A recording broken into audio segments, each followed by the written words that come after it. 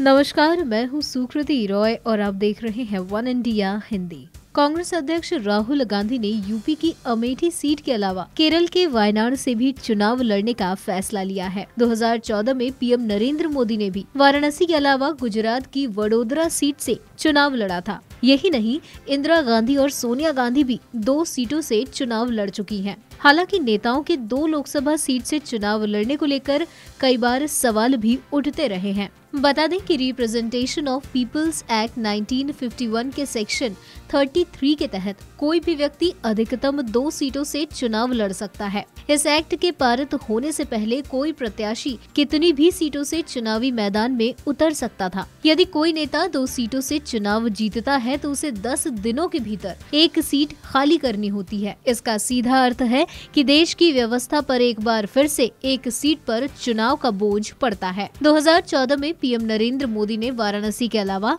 Vadodara seat से भी चुनाव जीता था, लेकिन जीतने के बाद वडोदरा सीट छोड़ दी थी। इसी तरह मुलायम सिंह यादव ने भी मैनपुरी और आजमगढ़ सीट से जीतने के बाद मैनपुरी से इस्तीफा दे दिया था। यदि राहुल गांधी दोनों सीटों से चुनाव जीतते हैं तो फिर उन्हें 1 सीट से इस्तीफा देना होगा। बता दें कि निर्वाचन आयोग का कहना है कि राजनेताओं के 2 सीटों से चुनाव लड़ने पर रोक लगनी चाहिए या फिर 1 सीट खाली करने की स्थिति में उन्हें खर्च उठाना चाहिए।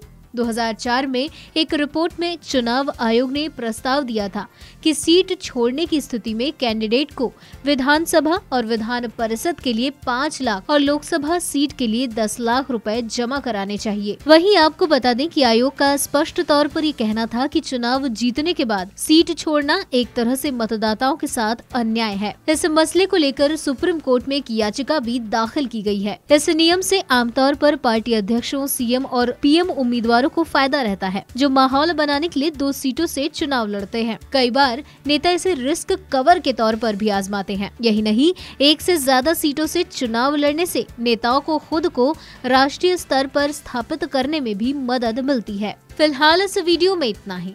ऐसी ही कई अन्य जानकारियों के लिए बने रहिए हमारे साथ।